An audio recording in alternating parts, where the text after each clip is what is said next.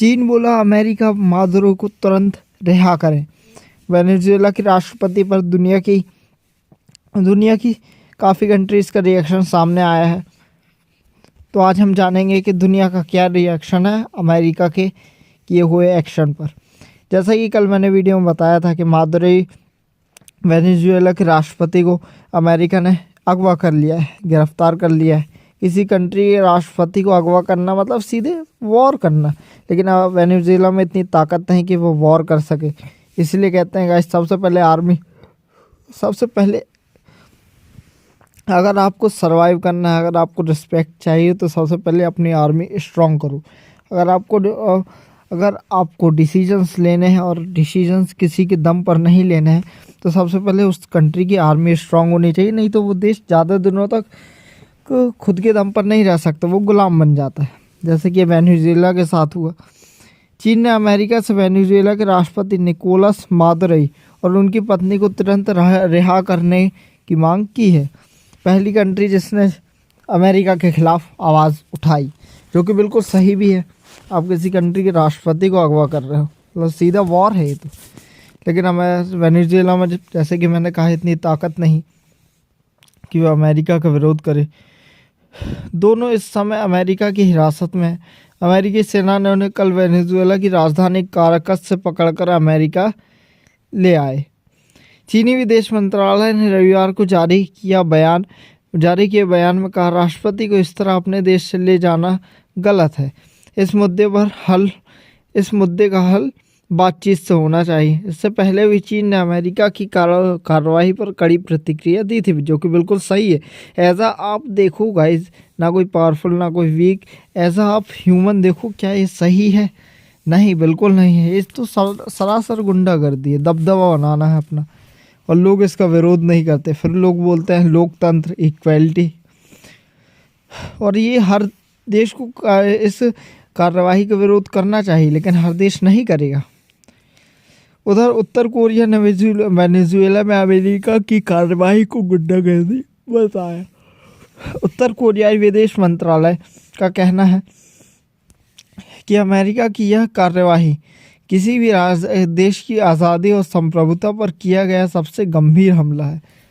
अमेरिकी सैनिकों ने 2 जनवरी की रात वेनेजुएला पर हमला किया कर राष्ट्रपति निकोलस मादुरो और उनकी पत्नी सिलिया फ्लोरेस को अगवा कर लिया। इसके बाद उन्हें न्यूयॉर्क लाया गया है, जहां उन्हें डिटेंशन सेंटर में रखा गया है।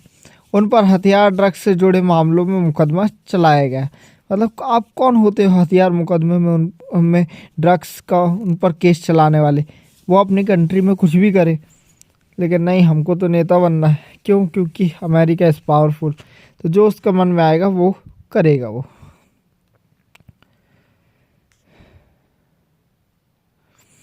कहा जा रहा है कि मादुरो को न्यूयॉर्क सिटी के Stuart air national guard base पर लाया गया है। काफ़ी तस्वीर भी वायरल हो रही हैं मादुरो की।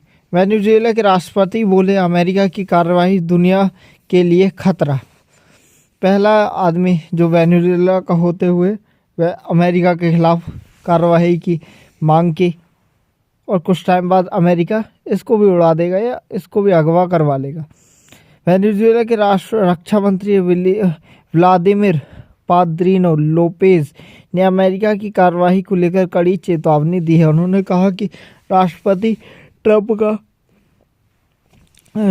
राष्ट्रपति निकोलस मादुरो और उनकी पत्नी को सिलिया फ्लोरेस को पकड़ने का फैसला सिर्फ वेनेजुएला के लिए नहीं बल्कि पूरी दुनिया के लिए स्थिरता के लिए खतरा है। एक प्रेस कॉन्फ्रेंस में पाद्रिनो लोपेज ने यह कदम ग्लोबल ऑर्डर के लिए गंभीर चुनौती है कहा। उनका कहना था कि अगर आज ऐसा वेनेजुएला के साथ किया गया तो कल किसी भी देश के साथ ऐसा हो सकता है। नहीं गाइस, यही उनकी गलतफहमी। ऐसा सब उसी देश के साथ हो सकता है जिसकी आर्मी वीक है, जो कमज़ोर है, जैसे कि वेनेजुएला एडवांस है बट कमज़ोर है। लेकिन ऐसा आप कभी चाइना के साथ होते हुए नहीं देख सकते।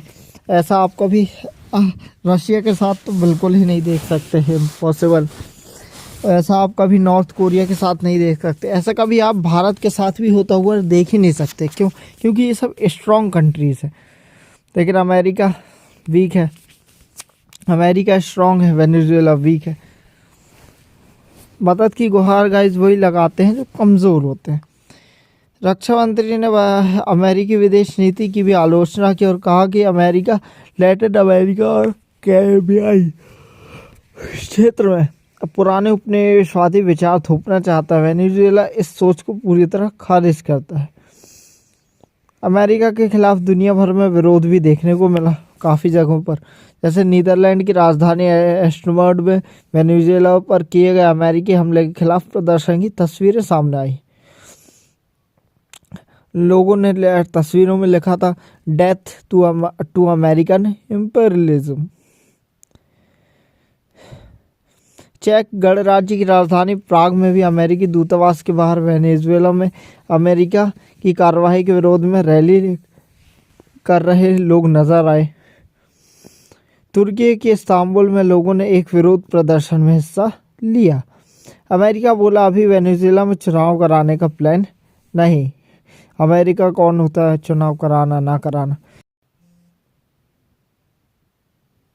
लेकिन अभी सब कुछ अमेरिका ही डिसाइड करेगा। दावा किया जा रहा है कि अमेरिकी हमले में राष्ट्रपति मादुरो के ज़्यादातर सुरक्षाकर्मी मारे गए, जो कि सिंपल सी बात है, मारे ही जाएंगे, गोली चलेगी तो कोई तो मरेगा।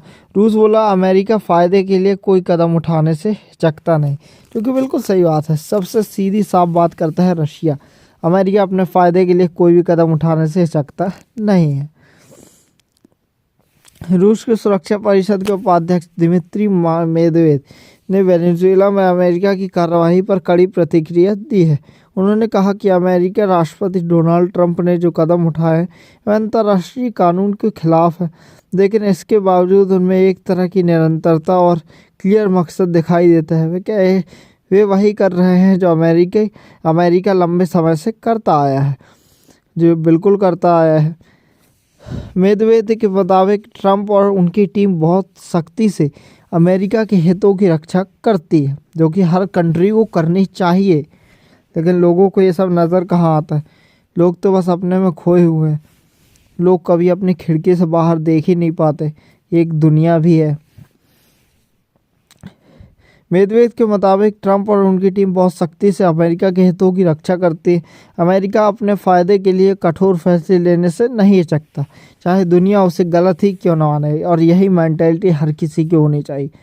आपकी कंट्री स्ट्रांग होनी चाहिए, चाहे दुनिया में कुछ हो जाए, आप कमज़ोर नहीं होने चाहिए। दुनिया यहाँ से वहाँ हो जाए, दुनिया की कोई भी मेंटालिटी हो, सबसे पहली चीज़ आपकी कंट्री को फ़ायदा हो रहा है नुकसान किसी भी फैसले से, वो मैटर करता है। रूस की सरकारी समाचार एजेंसी तास के अनुसार मेदवेदेव का मानना है कि ट्रंप की कार्रवाई अचानक नहीं है, बल्कि यह अमेरिका की पुरानी नीति का हिस्सा रही है। कि अक्सर आपने देखा होगा अमेरिका कभी भारत के खिलाफ हो जाता है तो पाकिस्तान के साथ हो जाता है, कभी चाइना के खिलाफ हो जाता है भारत का साथ देने लगता है, कभी पाकिस्तान के साथ हो जाता है भारत को दूर कर देता है। तो ये सब उसकी पुरानी नीति का हिस्सा रहा है, पलटना तो उसकी फितरत है। उन्होंने यह भी कहा कि अमेरिका लैटिन अमेरिका को हमेशा से अपने प्रभाव वाला इलाका मानता रहा है। वेनेजुएला के मामले में भी अमेरिका की नज़र वहाँ के तेल पर है, जैसा कि अमेरिका ने कहा है कि वहाँ के जो भी संसाधन है उनका इस्तेमाल हम करेंगे। अमेरिका की सोच बहुत सीधी रही है, दूसरे देशों के संसाधनों पर कब्जा करना, जो कि सिंपल है, अगर कमज़ोर रहोगे आप तो कब्जा किया जाएगा। लेकिन वेनेजुएला को ये समझ में कहाँ आता है, इसीलिए कहते हैं सत्ता कभी कमज़ोर हाथों में नहीं होनी चाहिए। कमज़ोर हाथों में सत्ता गई और वो देश ख़त्म।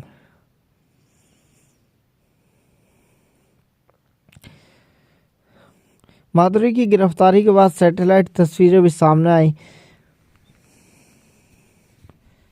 मादुरो को अमेरिका की सबसे बदनाम जेल में रखा गया है। वेनेजुएला के राष्ट्रपति निकोलस मादुरो को अमेरिका की सबसे बदनाम जेलों में से एक metropolitan detention centre MDC Brooklyn में रखा गया है।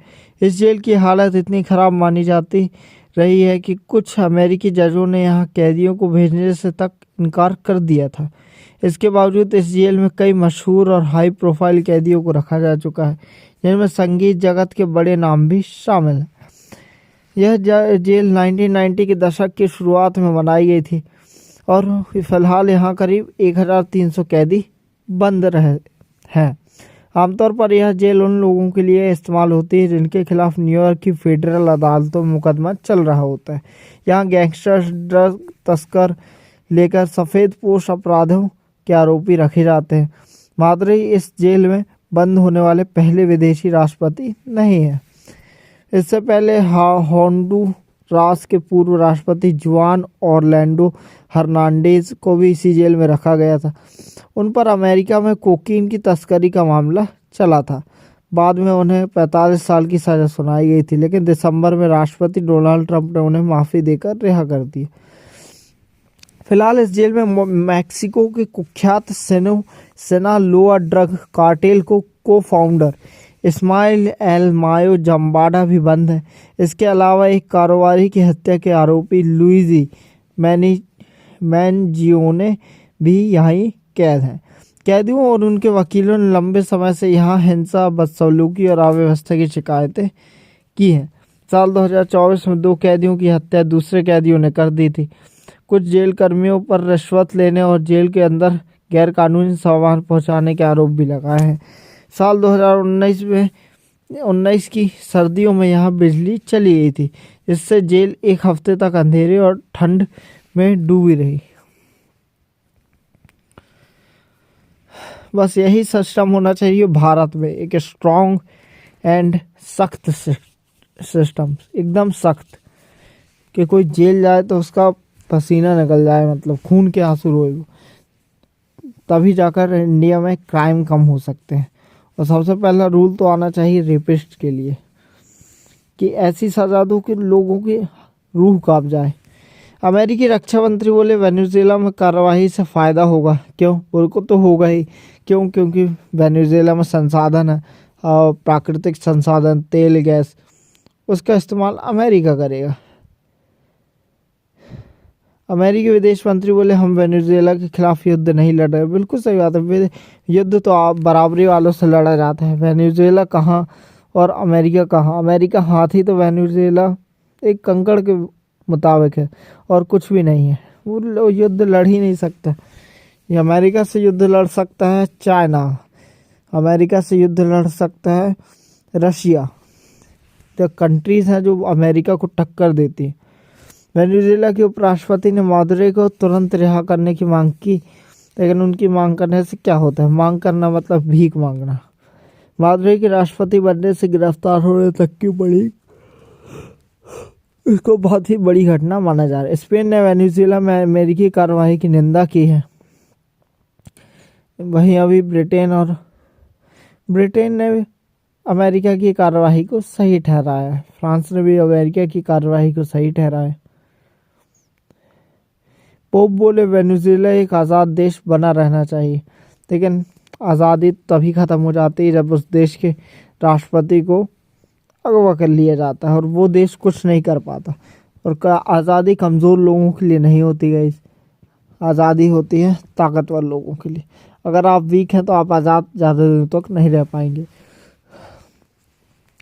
वहीं वेनेजुएला के बारे में थोड़ा जान लेते हैं। वेनेजुएला के कुल 303 अरब बैरल कच्चा तेल है, जो दुनिया में सबसे ज़्यादा है, और इसीलिए अमेरिका ने हमला किया। वेनेजुएला एक दक्षिण अमेरिकी देश है। इसमें कई कैरेबियन आइलैंड शामिल है। कोलंबिया, ब्राज़ील, गुयाना और पड़ोसी देश हैं। वेनेजुएला ने 5 जुलाई 1811 को स्पेन से आज़ादी की घोषणा की थी। बाद में 1830 में यह ग्रैंड कोलंबिया से अलग होकर आज़ाद देश बन गया। यहाँ की अर्थव्यवस्था भी तेल पर निर्भर है। यहाँ तेल के अलावा गैस और सोना भी मिलता है। इस देश की आबादी लगभग 3 करोड़ है, जिसमें नेटिव अमेरिकन, यूरोपीय, अफ्रीकी, एशियाई मूल के लोग शामिल हैं। वेनेजुएला क्षेत्रफल के हिसाब से दुनिया का 32वां सबसे बड़ा देश है। वहीं इसका क्षेत्रफल लगभग 9,16,445 वर्ग किलोमीटर है, जो लगभग नाइजीरिया या पाकिस्तान जितना बड़ा है। वेनेजुएला के पश्चिमी हिस्से में एंडीज पर्वतमाला फैली हुई है। यहाँ घने उष्णकटिबंधीय जंगल है, जिसमें अमेज़न जंगल का हिस्सा भी शामिल है। वेनेजुएला अपनी कोको फसल के लिए जाना जाता है, जिससे हाई क्वालिटी डार्क चॉकलेट बनाई जाती है। High quality dark chocolate. यहाँ का प्रमुख धर्म ईसाई कैथोलिक है। आधिकारिक भाषा स्पेनिश है और बेसबॉल यहाँ का राष्ट्रीय खेल है। इस देश से अब तक 7 मिस यूनिवर्सिटी चुनी गई हैं। So thank you so much guys watching my video. ऐसी न्यू वीडियो में के लिए मेरे साथ बने रहिए। Thank you so much. मिलते हैं नई वीडियो में। Thank you so much.